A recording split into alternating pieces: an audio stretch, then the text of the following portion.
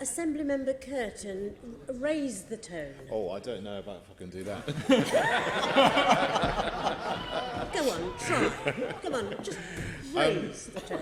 Mr. Mayor, alluding to one of your previous answers, which I don't particularly agree with, one of the things that businesses will have to do in the next decade is to wean themselves off their dependency on cheap foreign labour, which is all led to the rapid mass immigration that we've got in the capital. But that's obviously also why we need an Australian-style point system, which is coming in. We need also a cap and a salary threshold with that. But where this relates to you, Mr. Mayor, is that you're in charge of the adult education budget. So how are you going to make sure that your control of the adult education budget is going to lead to a skilling up of British citizens living in London? Well, I don't want to unpack all of that question. Let me just deal with the bits that are tasteful, which is, I think what we need to do is make sure that there are Londoners who currently haven't got access to the brilliant jobs being created in our city because of lack of skills and a number of other reasons. And we've got to make sure we give them the aspiration and ambition, but also the skills required to the brilliant jobs created in London. I also think actually we've got the ability in London to use a challenge as an opportunity. So the challenge is how we address the climate emergency, but it's an opportunity to create jobs in the future, for example, with green jobs. I'll give you one example. You and I both talked in the past about black taxis and the importance of them playing their part. More than 3,000 electric taxis now in London. They're built in factories in the UK, in the Midlands. Good example of jobs being created, but also dealing with the climate emergency. Other examples we can do in relation to fintech, or we can do in relation to other things in London. And you're right, adult education being devolved to London allows us to make sure we can target the help to where it's needed. The Chair referred to, for example, black, Asian, minority ethnic communities. She referred to women long-term unemployed, but also those Londoners who have special educational needs and who are disabled. Having control of the adult education budget can help us make sure these people are skilled up to the jobs that are being created in London. Great. Mr. Mayor, you mentioned children with special needs, you mentioned black, Asian, minority ethnic communities, but obviously one of the groups we know about which has got poor educational attainment and is suffering are working class white boys.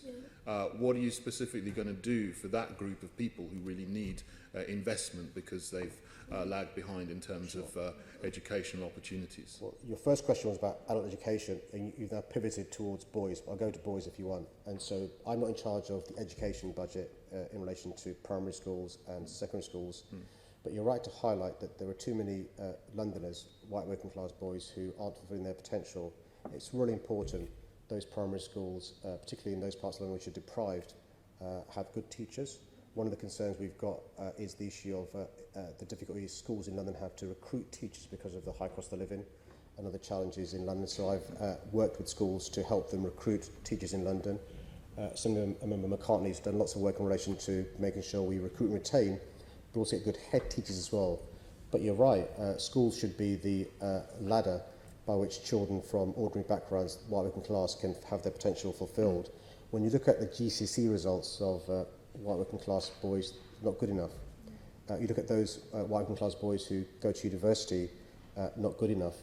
And it's very important that throughout the education system, much more is being done to help those young people. And you referred to one group that could do some additional help. Thanks for your answer, Mr. Mayor. You're talking about primary and secondary schools, which really, that's important to say, but it's not really what you have control over, but you have control over the adult education budget.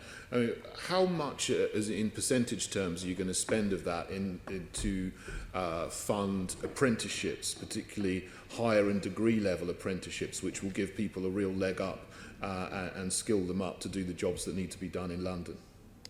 So there's the apprenticeship levy. We're in discussions with the government about the apprenticeship levy to try and make sure we can keep more of what London puts in. What happens at the moment is quite a lot of the apprenticeship levy from London businesses leaves London. A lot of the small employers, in particular in London, want to take on an apprentice but can't because of the difficulties involved. And so we're in discussions with the government about seeing whether big employers can work with smaller employers in relation to do with the admin side, so small employers can take on apprenticeships. We've got separately the Mayor's Construction Academy, which is encouraging Londoners to be apprentices in the building trade, and there are separately apprentices we're encouraging employers to do. As far as the FE budget is concerned, those are individual allocations to different providers. And what we'll do after the first 2 years, once we've given them stability, is talk to the providers about what they can do in relation to working with employers to have more apprentices across our city. One of the things we've got to do is get rid of the snobbery there is against vocational training. There's too much snobbery and pressure to go towards university without realising the huge benefits there are to vocational training as well. Okay, thank you, Mr. Mayor. Thank you very much.